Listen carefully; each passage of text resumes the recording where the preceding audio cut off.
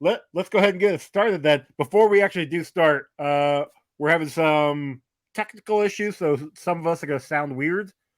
Mainly one We of all us. always sound weird, but I mean, That's true. So, we're gonna sound not normal for us. I don't know. We have whatever. All right, Chuckles, take it away. Ladies and gentlemen, boys and girls, cats, squirrels, welcome to the. Let me start actually by asking you a question. Have you ever accidentally waterboarded yourself while taking a shower? No, A few that's times. just you, bud. Yeah. All right. So here's A my few thing times. about it. Here's my thing about it. Like it obviously ain't gonna get the job done. So like, what's the point, realistically speaking? But like, I had rather done that than watch X2 X-Men United the entire time. Jesus, come. That I was. Why? I don't even. Here's the thing: is like I remember that this movie was good, but I think at this point I've watched it so many times, and the fact that you made me have to pay $3.79 to watch it, I blame you specifically and nobody else. No one from Disney. I know you no do. one from Fox, because all of them, literally all of them, except for X2 X-Men United, are on Disney Plus. No, I don't think the first two, like 1 and 3, are. Yes, they absolutely are. No, 1 and 3 are on are up on Disney Plus. I could have sworn because I looked for it the other day and didn't think it was on there. But literally, both of them were up there. Yep. This is literally the only X-Men movie. First class. Oh fuck, you're right. Yep. So only X2 was normal, huh? Only the one that Joey wants me to watch. I think they're just against you, man. I'm starting to think so too. Well, at least you know where you can find X3 when we watch that one in like a few months. No, because they're going to take it off. They're going to take it off when we need to watch it. I can tell you they're going to take it off and put. There. They'll take it off and put X2 up back on there. Yeah, probably. See, that's why I just own the collection of them, so I don't have to worry about that. Here's my thing. Yeah, I'll feel bad when you have to pay for X3. I'm just going to say that right now. Here's my thing. I knew somebody was going to bring up the physical media aspect of this, and I still have it. Yeah, that's fine. Except for like what? There's this like crusade of like, let's save physical media, right? Like we need to save physical media. Physical media is important because digital media is destroying movies, blah, blah, blah, blah. A streaming service costs me $10, $15, depending on which one I have a month, right? Okay. A DVD will cost me a minimum of $20. And or $5, but I'm not done. And then, however many times I have to now go to couples therapy because my partner thinks I'm a hoarder because I have a collection of DVDs that are just stockpiled on my floor in my room. Oh, two things. So I switched to digital media to get rid of my physical copies, so I don't have to listen to them whine and complain anymore that I'm a hoarder and that I have just piles of shit on my floor. This movie, okay, has there are some scenes I didn't enjoy. Don't get me wrong. I didn't, for the most part, I didn't enjoy. But this movie has sparked so much rage inside of me, and none of it actually has to do with the actual movie. I will say this, though. While digital media seems to be the way of the future, the problem with buying something on a streaming service, you're only contracted to have it. The service itself can still take it away. I own all the NFTs of everything, and I know that I don't actually get the real copies of it, but I own the NFTs. So sound like what's the name for South Park? So like, yeah, no, it's one of those things where you could have a digital library. You would buy it, and what that means is that you are contracted. You are signing a contract that you are borrowing this media, and if that company wants to take it off of that streaming service you buy it on, i.e. Amazon Prime, I think even iTunes actually, then you lose out. Like I don't know if you will have to buy it again if it ever comes back, but you do lose out on that digital media movie. Even if it downloads onto my device? Even if it downloads onto the device. As far as I'm aware. My other thing is I have been looking for, anytime I buy physical media anymore, I try to buy the Blu-ray with digital copy, because I don't know if that is like the loophole. You know? I could be wrong. It still could be. I'm still buying the physical media, sure. Yeah. But then I have the digital copy to put whatever streaming service I want on. Again, I don't know if that's a loophole that will get around it, or if it's still one of those things where, well, I've got my copy of Into the Spider-Verse over on Movies Anywhere and Amazon Prime, and it's going to be there until Amazon doesn't want to have it anymore. I don't know. Right. So, anyways, it still costs me $125 a therapy session. So, in my mind, that's Joe. I'm Ron. That's Chuck, and this is the Rundown Reviews. 6 minutes in, I love it. Yes, if you haven't figured it out, we are going to be covering X2, X-Men United. I still enjoyed this movie. Sounds like one of them doesn't. I was disappointed. I thought it was boring, to be honest with you. Sounds like two of them didn't like it. But okay, so obviously we've all seen this before. Yeah. Oh, right? Yeah. Like this is at least the third time I've seen it. I think I saw it. I definitely saw opening weekend, and then I had it. I did have it on, I think, VHS maybe, or maybe I did too, actually. Yeah, I think I had it on VHS, and I used to watch it a lot. I think that's why I didn't care about it, because I've seen it so many times, and it doesn't really have a lot of rewatchability. Interesting. Okay. No, he's got a point, because it does like everything that's important, you remember it happening, and there's not really that much that's honestly important. I will say, compared to X-Men 1, at least this had a plot that made sense. True. Sort of. I don't know.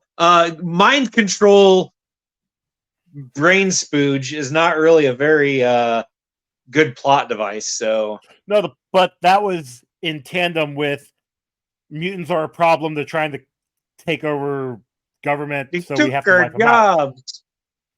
Kinda. Sorta. Yeah. I was okay. So, Nightcrawler at the beginning, Scooby-Dooing through the fucking White House was hilarious. Dude, that whole opening scene with him was fire. I love it. That's one of the scenes that I remember. I'm a little offended though by him using whiteface.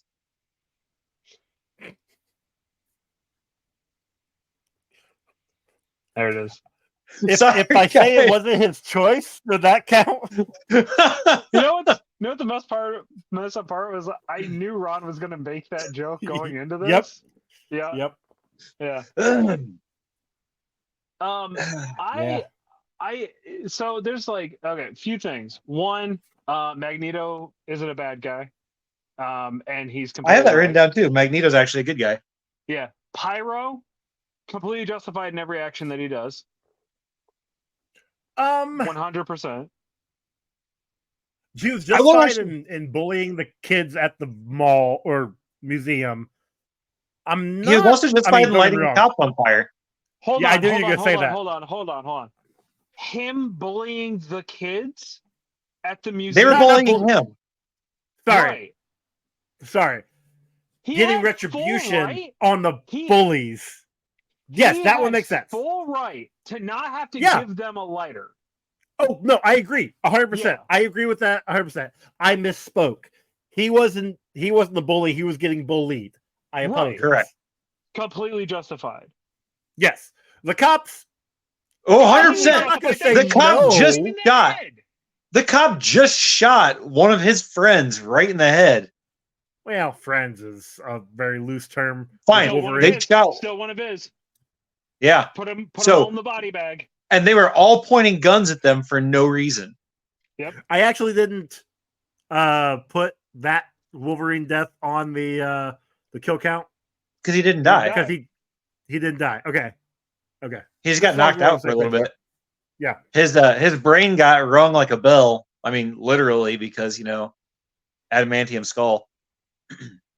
Like they come out, guns drawn. The cop says, "Put the knives down." Logan literally says, "I can't." The other two are getting on the ground already. Logan gets popped in the head. They didn't get on the ground until he gets shot. It was like simultaneously. Yeah, but they shot him. No, but they did shoot him while he was pulling his claws back in. No, he wasn't. He was lifting his arms up to show them, and as soon as he got popped, they retracted it. I don't know. No. Pretty sure he was pulling his claws in when they shot him. And also, why is that cop shooting to kill? Should be shooting to disengage. Because Logan has weapons, visible weapons in his hands. They weren't in his hands though. They are in his hands. They're literally in his hands. No, actually, they have to be in his forearms, because if they were in his hands, he wouldn't be able to bend his wrist. No, but he was in his hands while they were popped out. They were popped out of his hands. Not up here in his hands. Shut up. But most importantly, 1312, Joey. Oh no, yeah, I agree. And the cops were in the wrong. Now, did they deserve to be boiled alive in their car? Yes. But that was not all those. Okay. And lastly, Iceman is just Scott Summers Jr. is also a cop, and anybody who likes Iceman is also a cop. So don't worry. Wasn't he Jimmy Olsen at some point in time? I think his brother was Jimmy. What? Because they're twins. What? You didn't know that? Dude, I just thought it was the same dude in a bunch of different movies. What the fuck? Nope. There's twin because I believe Jimmy was in Lock and Key, and Bobby here was in Warehouse 13. Yeah, I thought they were all the same dude. To be fair, actually, are you sure they didn't do an Olsen flop on us? Like where it's because both of them doing the same role? No, because they both were actually in Smallville. This one, I'm pretty sure, was in like a 3-episode stint, and then his brother became Jimmy later on. And I believe he was on Talkville, the Smallville rewatch podcast with Michael Rosenbaum and Tom Welling, talking about that. And Tom actually thought that they were the same person because they're identical twins. It's like exactly. That's great. One of them for like 2 years. So yeah. Anywho, when Rogue greets Logan, right? Oh, when she was trying to jump on him? When she hugged him and their faces touched, that's skin-on-skin contact, which means she should have started absorbing his powers. So here's something that I find interesting. And maybe it's because I'm reading this comic or this manga called Undead Unluck, where this girl who she can't have any physical touch with anybody, because if she does, her power, this unluck, will happen to somebody. That even happens when they touch her hair. So by that extraction, shouldn't any hair touching for Rogue also count as physical touch? I think hers says skin on skin. I think that's pretty specific about her. Okay. All right. Yeah, I believe that is like it has to be like her skin to his, like, because like lips work, her face works, her like everything else works. Maybe she only hit sideburn. Maybe that's could you imagine? Could you imagine, like, That the hair was condom pretty wild. breaks, like, halfway through, and she literally drains you? I mean, let's ask Gambit in one of the comics. They're apparently married now, so allegedly. I don't know if that's Also, still actually a thing. why is the X Mansion so completely and utterly unsecure? Like, Blame Billy Madison because apparently it's Billy Madison's mansion. oh, that bastard. Yeah. The mansion was used in Smallville as Lex's mansion and Billy Madison. So Nice. fun. Well, wait. If it was Lex's knowledge mansion, drop it definitely should have still had some. It should have, but I think this came out. Well, no, that came out in 2001. So yeah, I don't know. I got nothing. But what I'm saying is, like, even to get down into like Cerebro area, they have anybody can. Yeah, they have no security between those levels whatsoever. And you would think to be after fair, it's a Mystique, house full of walking weapons. sure, Right, but after Mystique broke in the first movie and did her jabby jab all over Cerebro's brain thing, yeah, you'd think they'd have beefed up security a little bit. Something. No, And they were still just using the eye verification to get in the door. Because Xavier's not a good person. Okay, that's fair. Oh no, he's not. He's kind of dumb. Fun. That's something else that I didn't like about this was Xavier being so easily mind manipulated.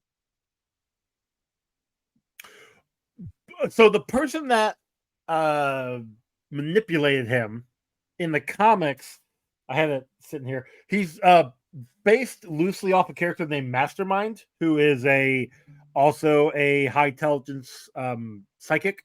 But with the movie itself, Stryker had experimented on Jason, his own son, to make him more powerful because that drug obviously was not going to be able to manipulate Xavier like it did Cyclops, Lady Deathstrike, Nightcrawler, So Magneto, obviously, which lazy plot device. Sure, fair. Speaking of Lady Deathstrike, I remember seeing this in theaters and thinking, awesome interpretation. However, I also remember the X-Men cartoon when her hands were as big as a body and the claws were like way out there. This one didn't make any sense because how does she bend her fingers? Matt, she didn't. She kept cracking them. Yeah, she was bending them when she was cracking them, though. I don't know. Stop trying to make me hate this movie. They live all the way up in her forearm and then just come straight out. Yeah, that's what you said. Okay, that's fair. Yeah, I think we determined that everything has to live in the forearms if it's all hand stuff. But most importantly, Rebecca Romijn is so fucking hot. Oh, so hot. She was the main reason I watched the Librarians TV show. Yeah, 100%. Yeah. So, all right. Nah. Also, what is it with boomers and warmongering? How they get the rocks off. Because they made a lot of money. Okay, that's fair. Yeah. So I also didn't realize how much I actually quoted this movie. Like a lot. You mean like the never trust a beautiful woman, especially if she's interested in you? Yep, 100%. Say that on that's just timeless truth. Or that one time when Scott kisses Jean after she kissed Wolverine, and he's like, "Why does your mouth taste like Logan?" Oh wait, that didn't happen. That was headcanon. Also, did anybody else get the headcanon that after Jean kills herself because she's tired of dealing with Scott and Logan, they kind of had a little like fling themselves? Yeah, I together? 100%. I was like, man, where's the storyline where they're banging now? Yeah, dude, 100%. Like, I think there's some fan fiction about that. There's actual comic canon where like Jean just starts dating both of them, and they're just like, oh yeah, this actually just makes a lot of sense when we just like stop worrying about. Gee, this. imagine that. Yeah, it's weird. Weird how that works. Yeah. Let's see what else is there. Dude, when the mom is like, "Well, honey, have you tried not being a mutant?" That was fucking hilarious. They So really hone in this like acceptance thing. Like it actually does a pretty good commentary of like what it was like probably in the early 2000s of just like being anything that wasn't a conservative white Christian person. Allegedly, Sir Ian McKellen was giving Bryan Singer and I can't remember his name, the Bobby and the family, just basically that scene, tips on how to like play it, because Ian McKellen is gay, and so he's like, you want to make it out like it's a coming out Yeah, scene. he played Gandalf the Gay. Everybody knows that. That's what I'm saying. Like, and I thought it looked like it. They did a really good job on it. I just find it, I just find it impressive that he added to that. I guess it really is no different than what's his name, Chris. Oh wow, Count Dooku, Sauron. Saruman. Christopher Lee. Thank you. Ouch. Chris, I literally just watched all the Dracula movies in October. I can't freaking remember. Christopher Lee telling Peter Jackson, like, that's not what it sounds like when somebody gets stabbed in the back. This is what it sounds like when somebody gets stabbed in the back. Because Christopher Lee is a fucking legend. Indeed. I can't remember the name of.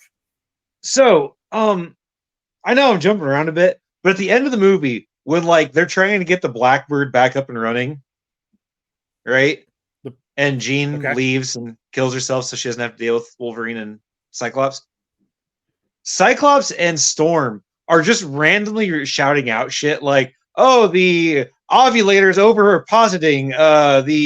The power to the power cells is working, but it's not connecting to the drive in the main shaft of the blinker fluid." Like the whole time.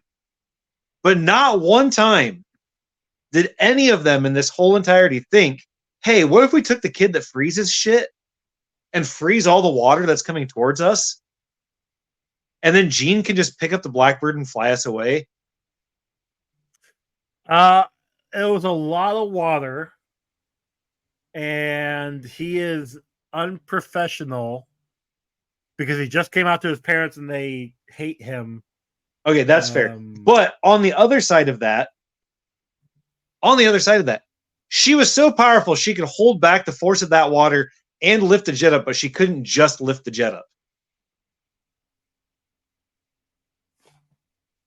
She had gone full Phoenix at this point. And then Scott is like, then Scott at the end is like, could we have done more to save her? And fucking Professor X is like, this is the only way. Oh yeah, I don't know. It's just sad. It's sad storytelling. He literally stops time. He could have stopped it. But he doesn't actually stop time. He freezes people. Like he just kind of stops them from functioning. Because if you recall in the museum, there's a kid on the phone and the mom on the other end still is like, honey, are you there? Like, he doesn't actually stop time.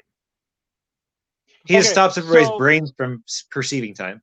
Yeah, he kills people for like 30 seconds. If that's the case, then the end scene where he pops up and the president is giving the speech. Oral. Oh, yeah. That was a broadcast. So everybody would have watched them happen. Which should have happened, if in all honesty. But the broadcast itself went out. Like, they stopped the transmission from going out. All the TVs, all the signals died. And they cut the power to the building. Yeah, then that would have been Storm's doing on the outside. But you know what? Speaking of that, though, was that in the director's cut or something? No, there is no director's cut. Like, did you not see the storm Surprise. outside? Did this have a Snyder cut to it? No, shut up. But I was. You sure? Not gonna fall again? Listen, I'm just it's a box of bolts over here in a cave. All right, like we're lucky this thing's even working. You're working with what you got.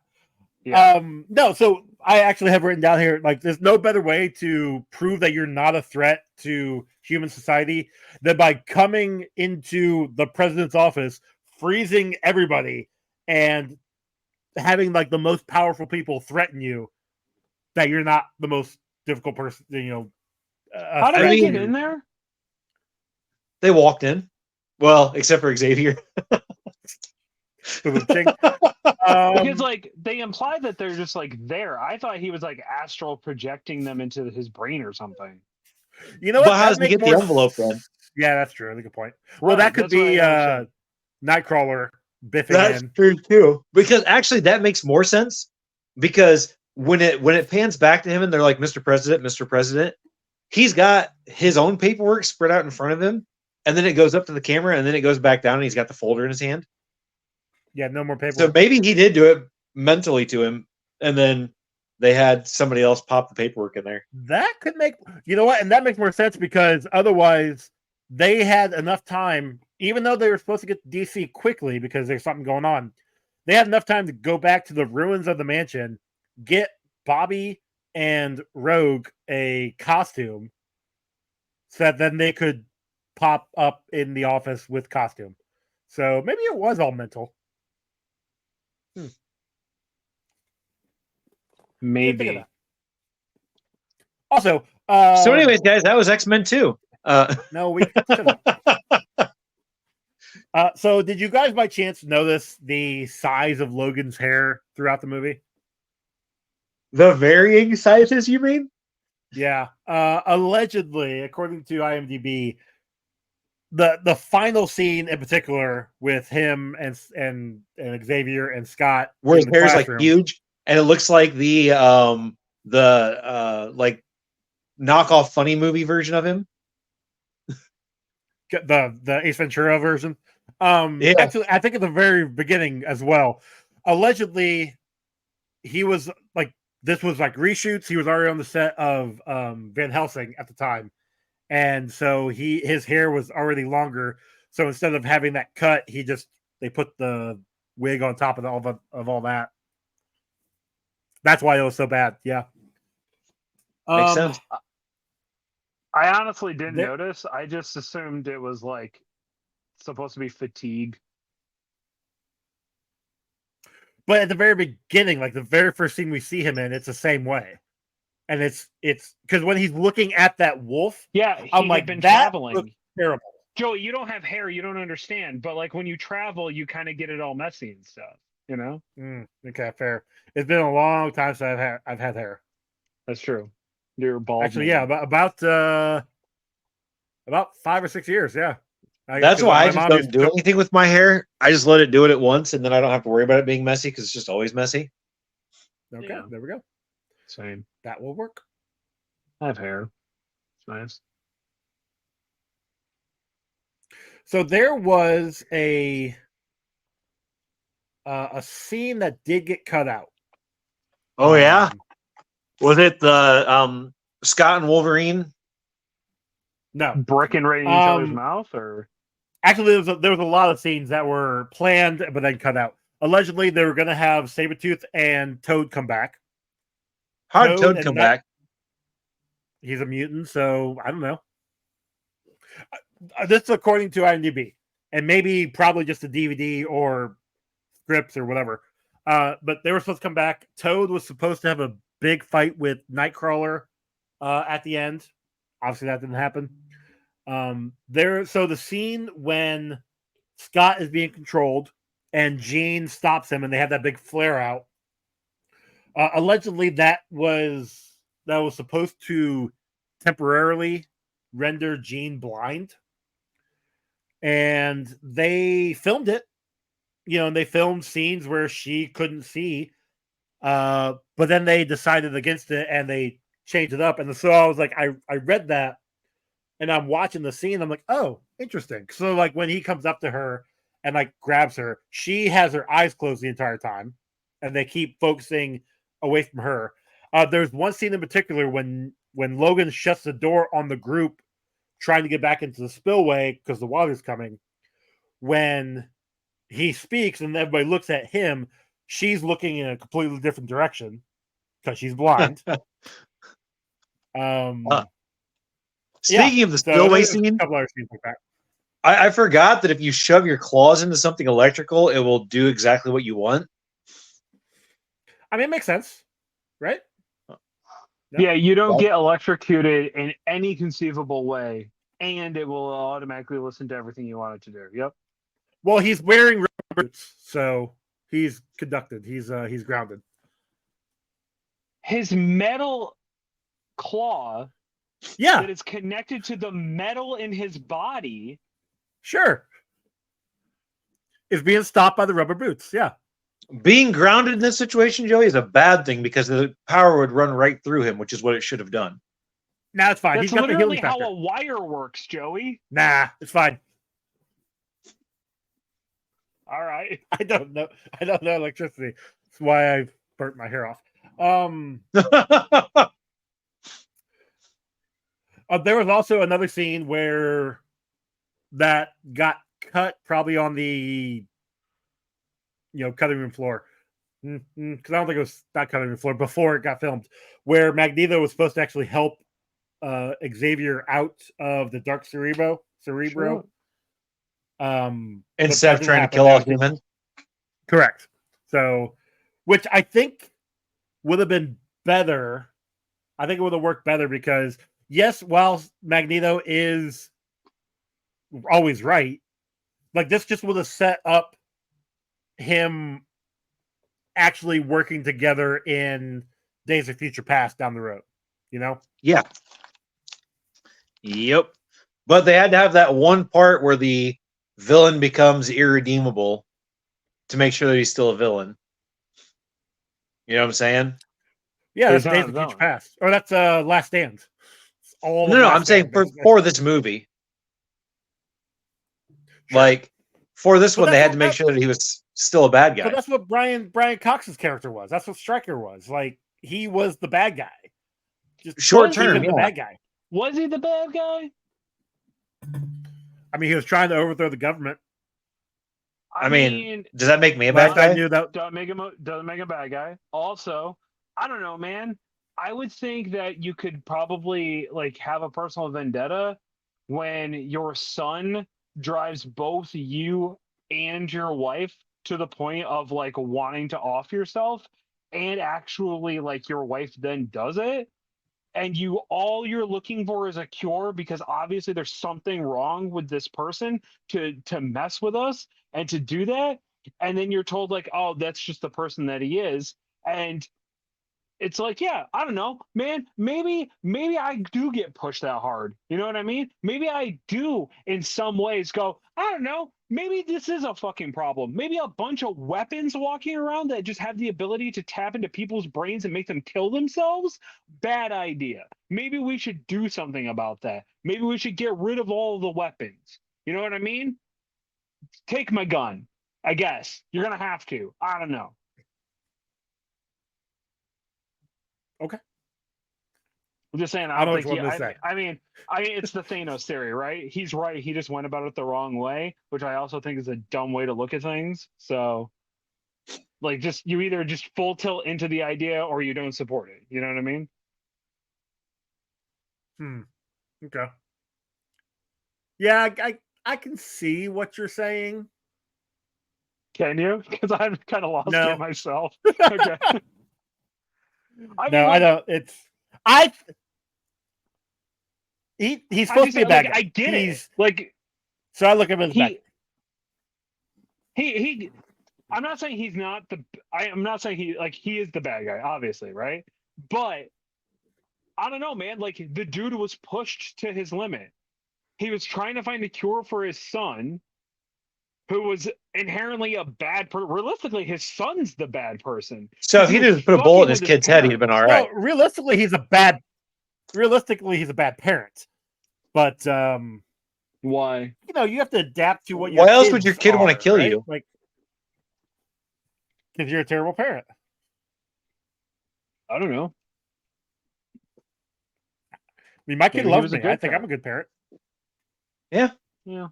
Now he was a military parent. Come on. Yeah, you know he was a piece of shit. Yeah, I've met some military parents. Not all of them are bad. I will admit. I think we have some listeners, so I'm not trying to offend them. I mean, let's face it. Brian Cox's character is basically a cop. Yeah. Yeah. He had access. Super Troopers. He had access. Nope. ACAB, dude. All cops are bad. No, fuck that. Super Troopers is great. Are they really cops though? They're Canadian cops, so. Yeah. But do you not remember when they supplied booze to that underage party and then busted that underage party? And then did they arrest the people of the underage party? No, they sat there and they threw cans at the one guy pretending to be a duck. And did drugs with a bunch of minors, so all cops are bad. Yeah. Or fun.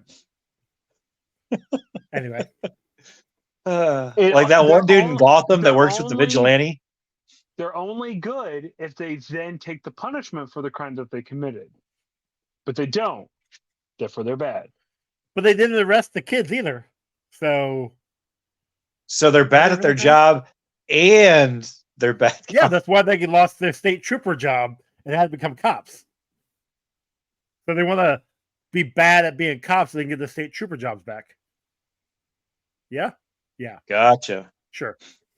So anyways, why are all of Rogue's costumes very skin showing when everybody knows that like any kind of contact with their skin will drain them of their life force? Yeah, you would think as soon as you know that. I mean, I get it that Anna Paquin's hot, so you want to see, sure, you know, like. But look at our '90s Rogue in the cartoons and the comics. The skin tight bodysuit, just saying, would have worked. Well, even now, like it's still neck to foot covered, like everything's covered. And gloves. I did really enjoy Nightcrawler. I thought, what's his name? The scarification was a little weird. Sure. And I'm not sure if they did that because they didn't have to make him fuzzy. I didn't see anything in IMDb, but because it sounds like they just didn't want to make him blue and furry, so they gave him scars instead. Well, they also were not pulling the like origin from him, where he's actually the son of Mystique and Azazel. So they didn't do that route either. So yeah, that's also like a dumb storyline. Like I'm fine with it. I'm fine with the way that they did this. I like that he was a circus dude. I don't know. Yeah, no, it makes sense. Yeah, it makes more sense. He was in a circus. His parents died, and a bat adopted him, and yeah, he fell into a vat of adoption. Yep, I think that's how he got. He fell into a vat of worms and became a Nightcrawler. Yeah. Also, the script got rewritten a lot to include more scenes for Halle Berry. So, is there a Bryan Singer version out there somewhere? No, shut up. Yeah, they just take Halle Berry out altogether. Can't too many minorities otherwise. No, they gave her more scenes because she had just won an Oscar, I think, for Monsters Ball. Can somebody explain to her what a topographic map actually is?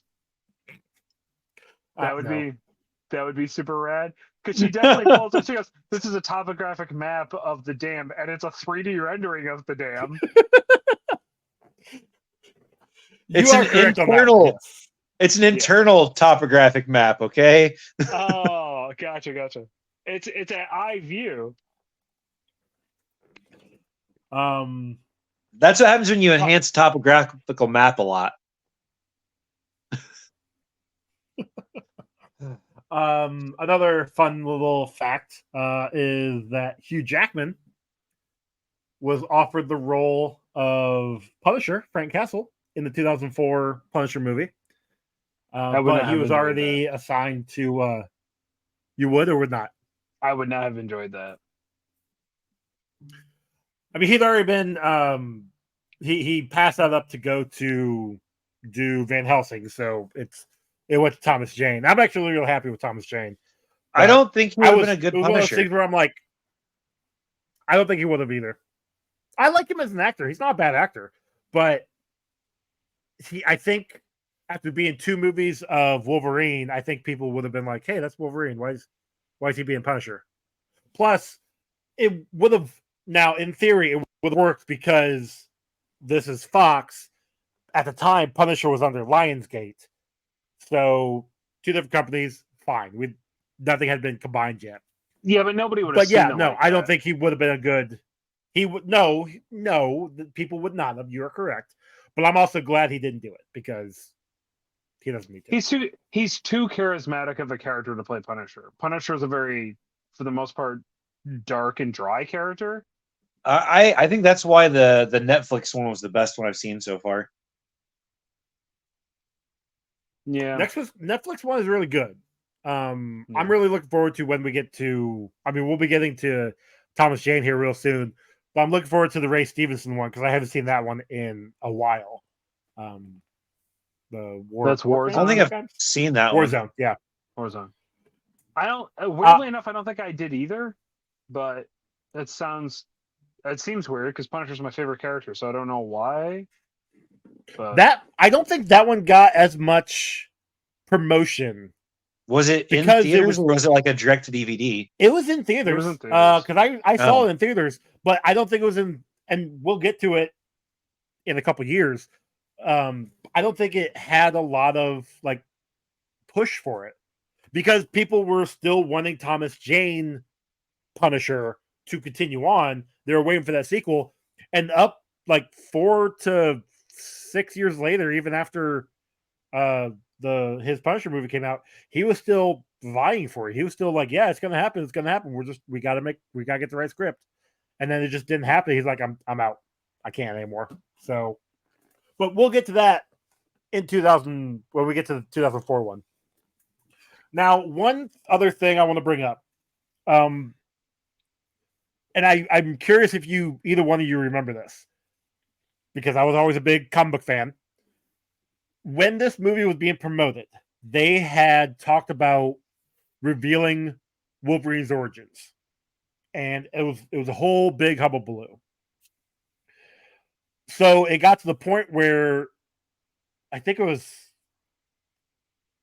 Jim Lee. No, it was somebody at Marvel was like, well, instead of just revealing his origins in the movie, like his true origins, why don't we reveal it in the comics finally for the first time? Which is where the Origins comic came about in 2003. And that's where we get our first, realization that Logan is actually James Howlett. Now, the funny thing is that none of that came into the movie at all. Like, his origins here was Weapon X, which we knew about. But I just didn't know if you guys remembered the Origins comic at all. Like, the reason why that came about. Okay. I remember the book. Like, so I know the book because back on this network when they did Between the Lines, is that what it was called? I believe so. Yeah. Yeah, Between the Lines. What they I think Between the Lions was a PBS show. Anyway. They reviewed that whole book, I'm pretty sure. So I knew about it and I had listened to parts of it. And I can see the book on Dan's shelf downstairs where it's like Logan and he's like a farmer with a scythe or whatever standing in like a field. Yeah. Yep. Which is where he gets his bone claws. Yes. Okay. Which I have that issue. It's issue number 2, which I paid $15 for. I don't think it's worth that anymore, but I remember being like worth a lot back when it came out. I believe that. No, like in the origin book, the origin comic was really good. I really did enjoy it. It shows his infatuation with redheads, which is why he is always been after Jean Grey. But just the fact that they put that book out because we wanted to get it out there before the movie revealed his origins, And then the movie didn't even really reveal his origins. That's because they did in X-Men Origins Wolverine, that fantastic movie that was so amazing. Which we'll be watching soon too, boys. You remember when Deadpool goes back in time and kills himself? Oh. Yeah, that's pretty great. But speaking of comics, allegedly the novelization and the comic adaptation of this have a different ending than the movie. They wanted to keep it changed, I guess. So there is an alternate cut out there in the comics that I'll read at some point. Damn. I had always heard that you can see the Phoenix in the water at the end. Yeah, you can. Yeah, but I never was able to see it literally until I watched it this time. Like I could finally see the. I mean, it's not great. It doesn't look great. It's not. No. What also isn't great is the Blackbird, the plane. Terrible. The few times it is on screen, it looks so bad. Also, I wrote this down. I think this is when Stryker is yelling at Logan, saying, people don't change. Wolverine, basically referring to everybody. I wrote down, people don't change. People just change what came before, referring to X-Men Origins Wolverine that we'll be watching later. Because they definitely changed up everything in this movie to make it fit. Try to fit.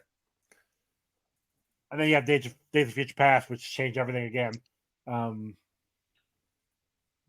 Yeah.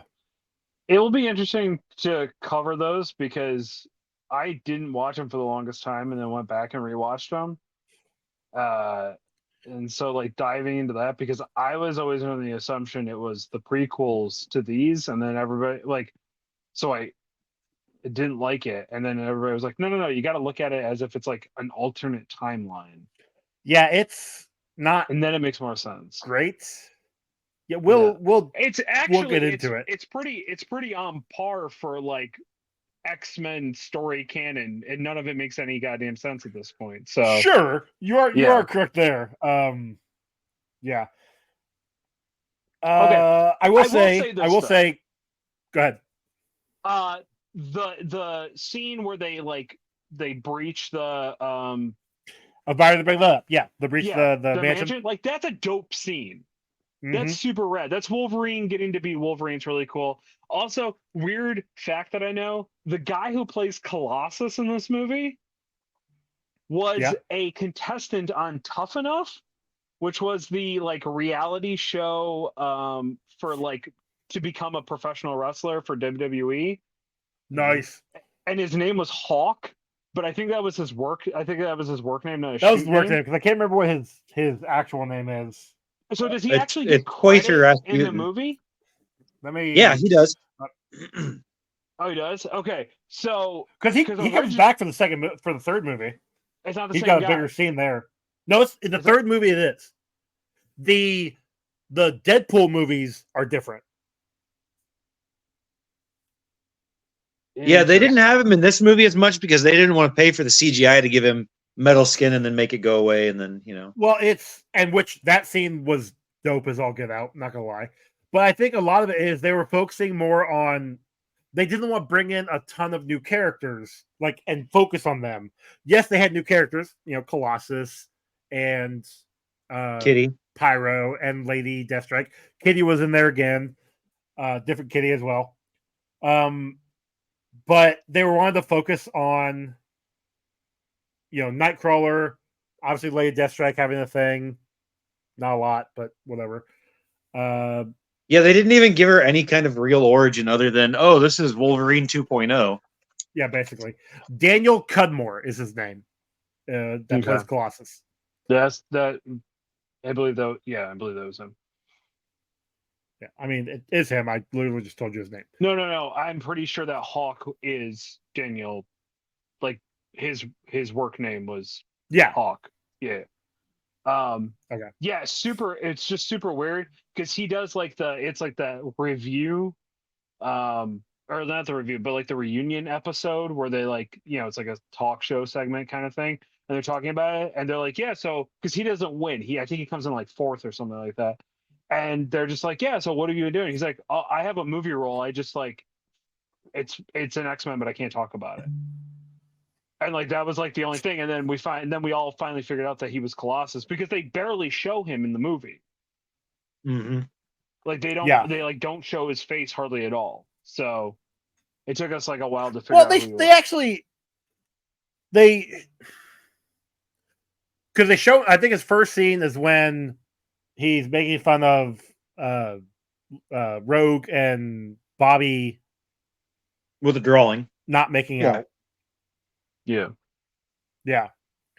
And then it's the scene with the breach, and he's helping the kids get out.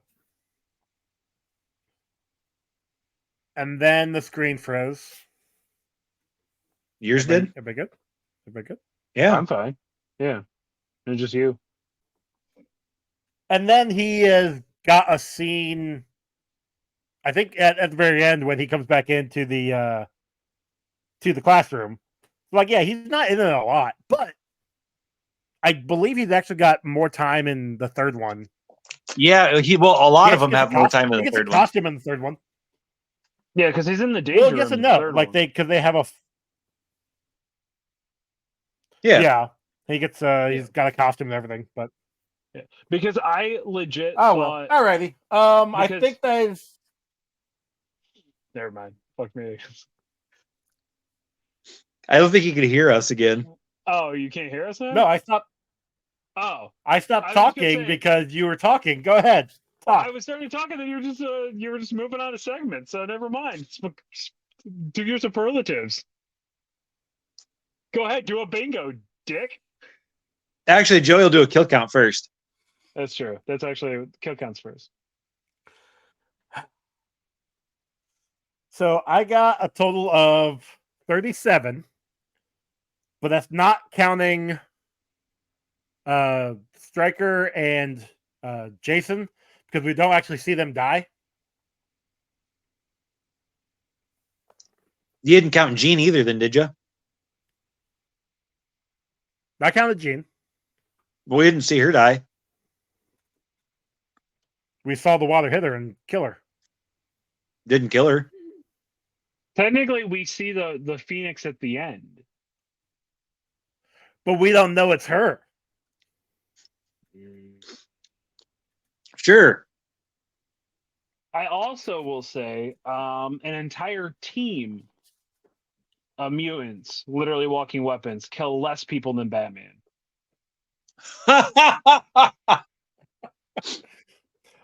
That's accurate. Allegedly, they had to not dumb down, but lessen when Wolverine goes berserk in that breach of the mansion. Because if he had gone berserk, it would have been similar to what he did in Logan. Just killing people left and right. So they had to numb it a little bit. They didn't want to get an R rating?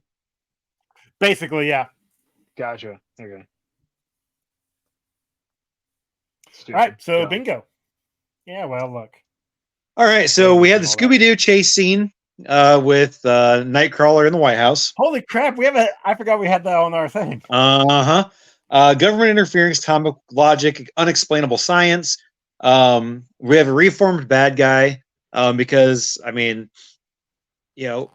was supposed to be the bad guy, and he obviously, he was a bad guy in the first movie. Yeah. We have a love triangle. We have a villain monologue. We have product placement, betrayal by a friend, and flashbacks. It's like 2 of them. Sounds good to me. Where was the betrayal by a friend? His brother calling the cops on him. Oh, yeah. That's right. And then also Pyro leaving, going with Magneto. True. And also, if you really think about it, Magneto turning on Charles because they are still friends. Yep. No, that's just his character arc. It doesn't count as betrayal. He already knows what's going to happen. Betrayal by a friend would imply that you don't know it's going to happen. Okay, that's fair. Yeah. But he didn't know because Charles was already taken, and Actually, yeah, no, it's a portrayal by a friend from before because he gave up all the information about the mansion. Ooh, there you go. Yep. Is it betrayal by a friend if you can't Yeah, help 100%. it? Okay. All right. That's the whole portrayal thing. Yeah. He does, but if he feels remorse from it, because he does feel remorse. He did. Yeah, that's how he's reformed. Oh, okay, that's fine. Yeah, you got me. It's a sad, vicious triangle to get yourself into, okay? That's true. You make a good point. All right, Chuck, give us our rundown on the Spawn Cape continuum there. Okay, so like the Blackbird looks fucking terrible in this. So you remember moving things around in like the paintbrush, like where you would cut around them and then like you can move them back and forth. That's what it looks like they did with that thing. This looked like the Windows 95 game Hover. I don't know if you ever remember Hover, but it just looked like it was bumper cars in castles. That's the only way I can describe it. Okay. And it looked exactly like Hover moving around. It was so bad. But like Nightcrawler shit looked awesome. Mm-hmm. Like well, that's because the smoke clouds could hide all the shitty editing that they had to do around him disappearing and reappearing. Which, how many times did he have to poof into that room to fill it up with smoke? Since apparently, like every other time, nothing else. Like the smoke it puffs and disappears. Yeah. Yeah. So how many times did he have to puff in that one room? More than he could handle in a day, probably. Yeah, that dude was hotboxing with Jesus at that point. Because like I can't otherwise fathom how he had so much smoke. But it's actually him ripping farts every time he disappears and reappears, and he just held that one in for a long time. That jokes. Also, anytime Storm's lightning hit looked not great. Yeah. Which is weird because it looked really good in the first one. I think they only did it like twice in the first one, though. Yeah, it's probably. It was actually probably knowing Ray Parks. It was probably he's like, yeah, it has to be practical. It'll literally electrocute me. So it's the only way it's gonna work. That's fair. So you say he really got cut in half in Star Wars? Yeah. No, he's a practical effects guy. Have you seen him in anything since then? No. Yeah, he was in Fanboys.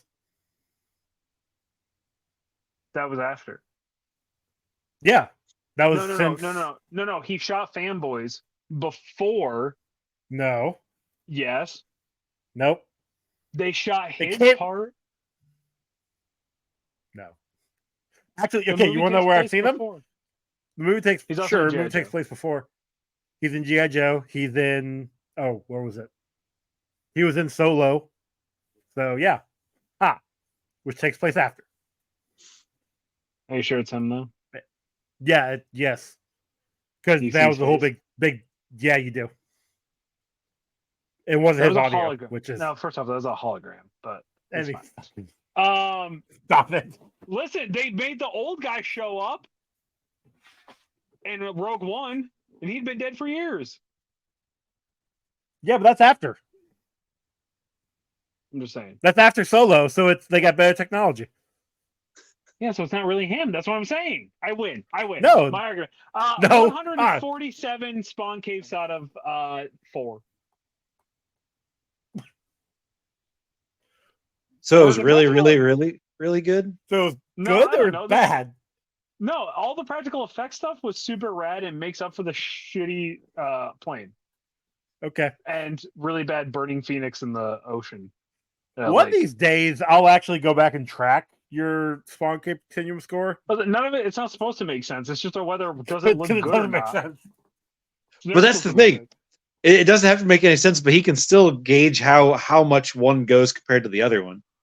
Yeah, I don't know. I guess like 147 out of 400. How's that? Does that make more sense? That's better. Yeah. Okay. Because that made more sense? Yeah. I mean, kind of better percentage. That's less than, a couple %,000%. So yeah, it makes more sense.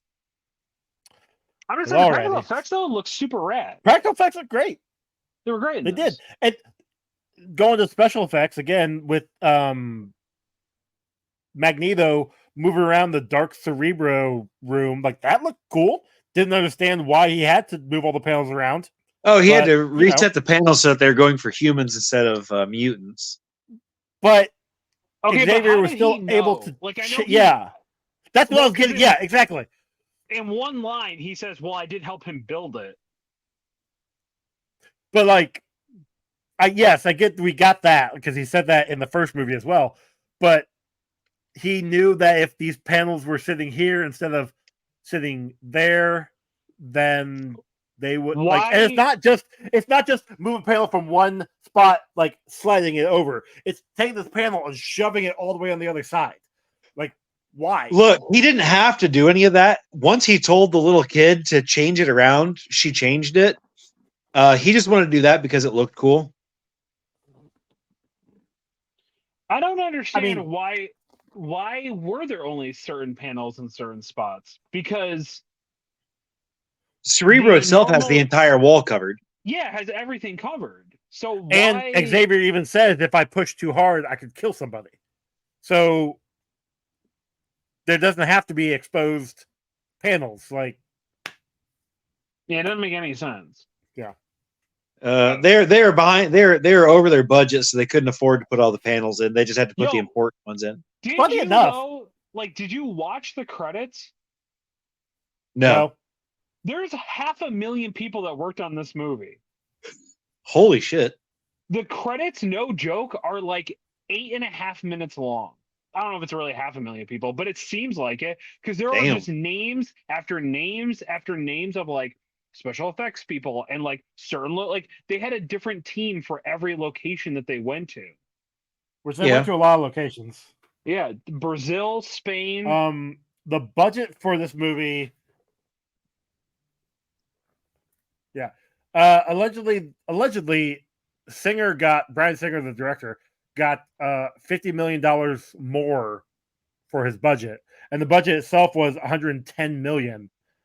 It grossed almost $215 million in U.S. and Canada, and then $407 million worldwide.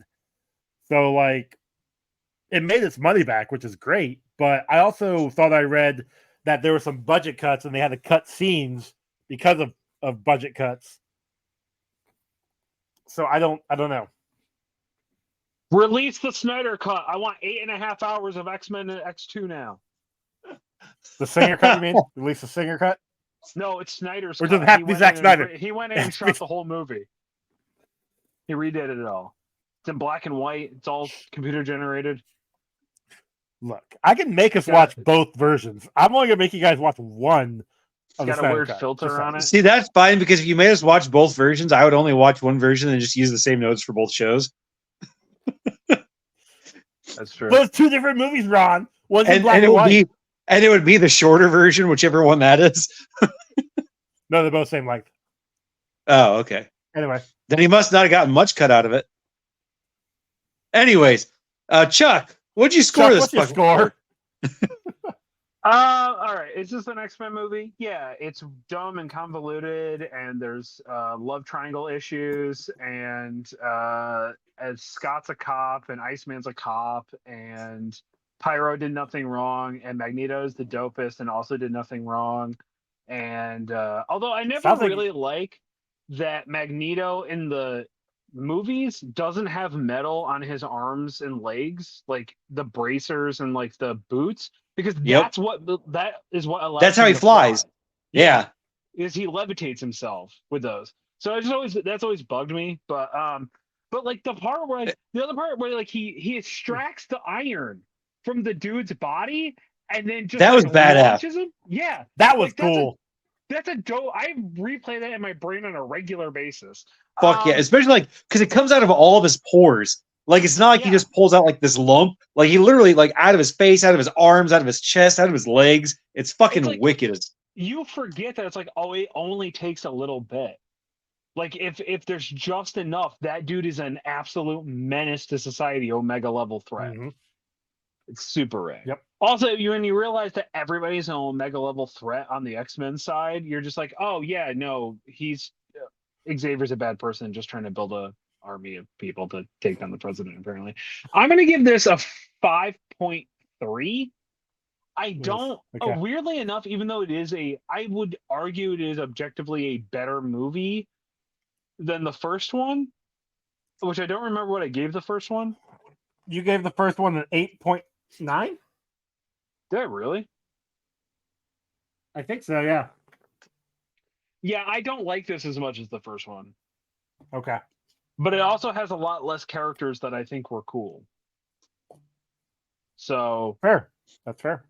I like Toad. I like Sabretooth. You like the Brotherhood of Evil Mutants. That's what I'm hearing. Yeah, I do love the Lady Deathstrike. I wish we'd gotten more of her in this.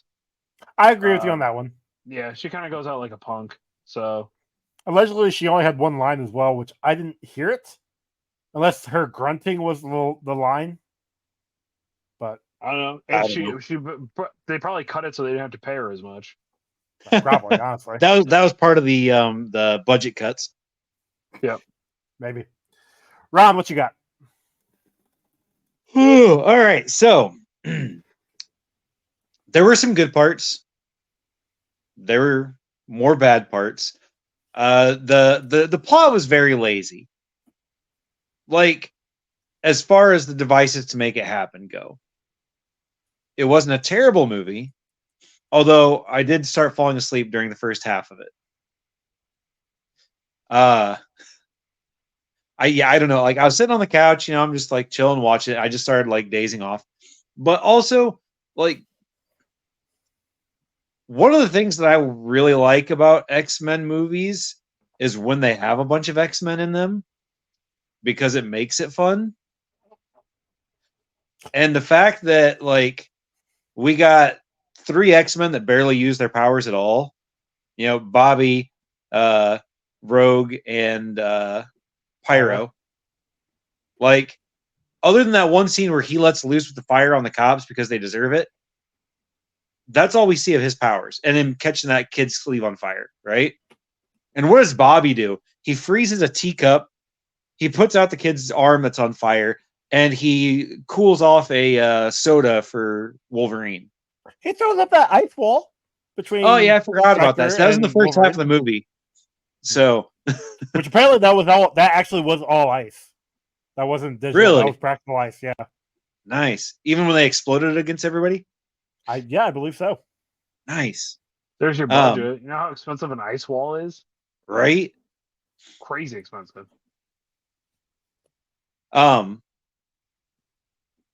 Special effects were kind of disappointing. A lot of the character interaction was very shallow, like between Jean and Logan, because they're supposed to have like this little like half-assed like tryst or whatever, but it just, I don't know. It was not very well written for those kind of things. I gave it a 5. Okay. Which, funny enough, is what you gave the first movie. I hate Nightcrawler. I realize, like, I don't like Nightcrawler. I never really got Nightcrawler. Like, I never understood why people always thought he was so cool, but I also didn't read the comics.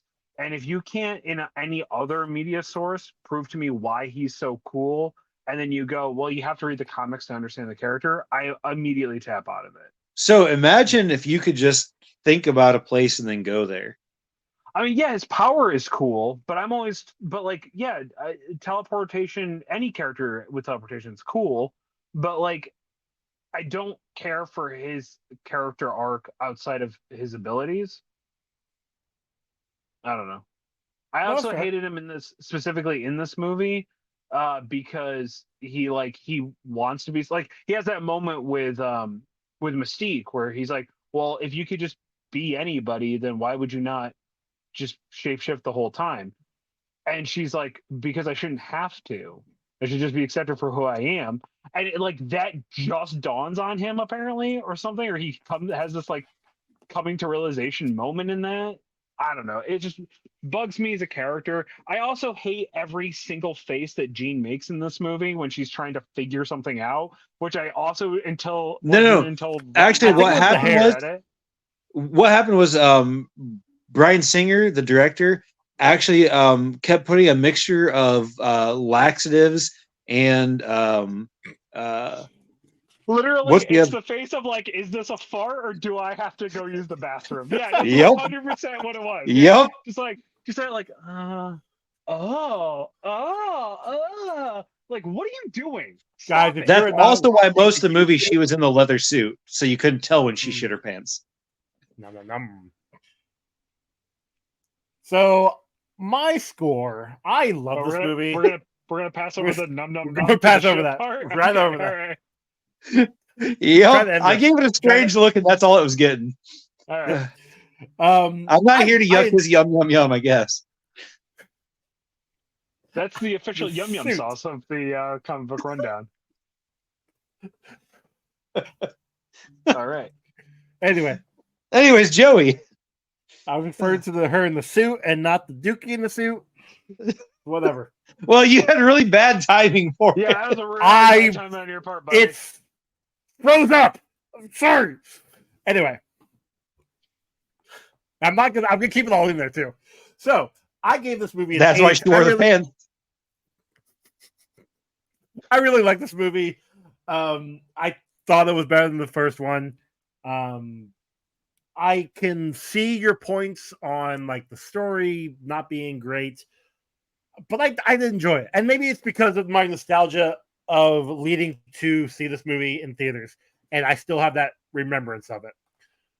So I did have a higher expectation back then. Now it's like, okay, now I know what I'm getting into. I know what the movie is, and I still enjoy it.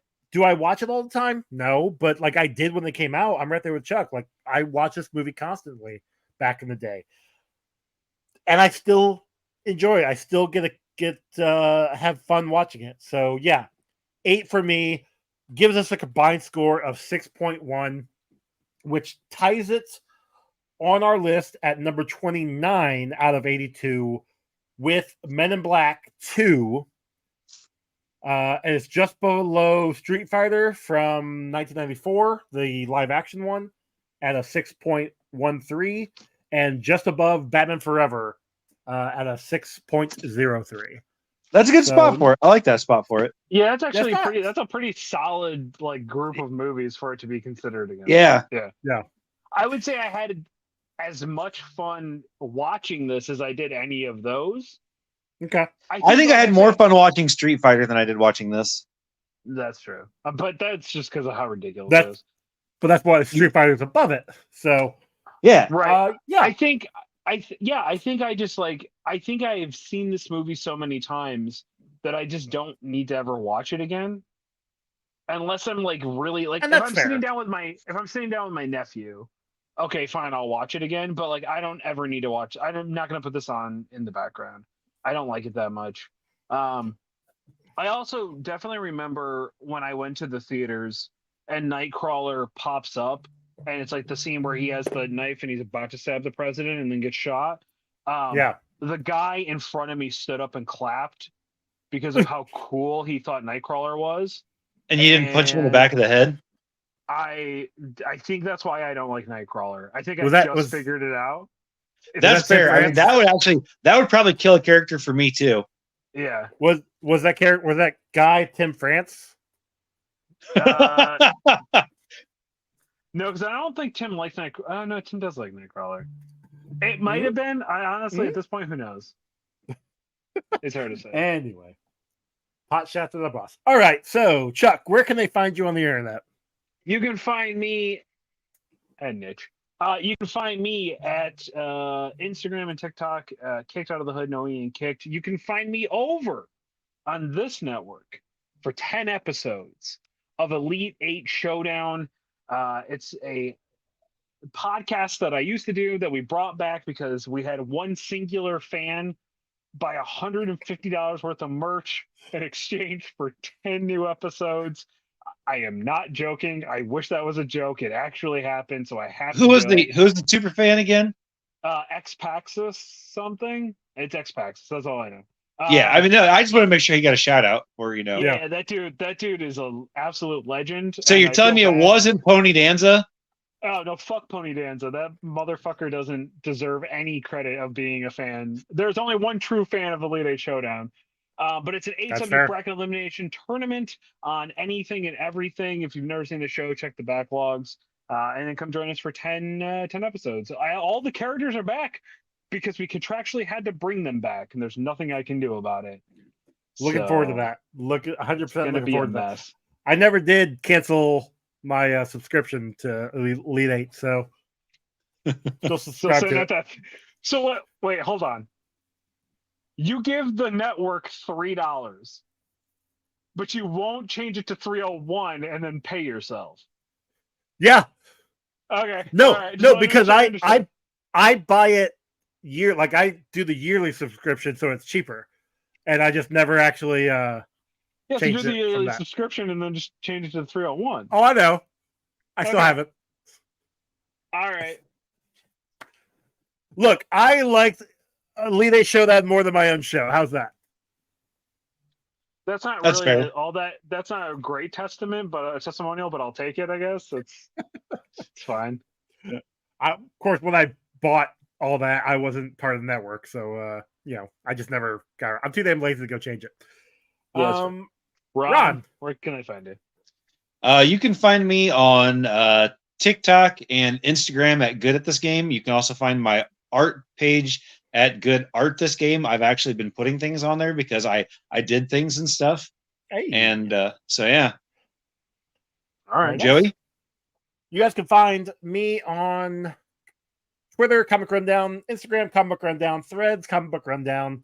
Email us, comicbookrundown@gmail.com. Rate and review us on your podcasting app of choice. We've got merch over on Redbubble and TeePublic, and our song was done by Cam. Our next movie, I'm actually kind of excited for this one. Oh, that's never good. That's never good. No, that's good because that means you can shit on him, Chuck. Exactly. That's true. We'll be watching Batman Begins from 2005. All right. Batman Begins. Is that the one with the Newsy? Yep. Okay. So this is the start of the Christian Bale Batman. This is the Dark Knight trilogy. Just said. Yes. It is exactly what he just said. Is my favorite villain. Scarecrow's in this. Nice. And the reason why I refused to watch this movie for so long, the Bat Tumbler. It's because you're a little bitch. Huh? I hate the Bat Tumbler. Really? I hate it. Hated it. It never made any sense to me. Why would you have a giant tank going down little tiny streets? Did you like it in Dark Knight when it gets destroyed then? No, because then he gets the stupid motorcycle that even makes less practical sense. So, but it's the two front tires of the Tumbler, right? We'll get into it in the movies. We're fine. Is it something like that? I don't remember. Anyway, thank you all for listening. We are out of here. Catch you all later. Bye.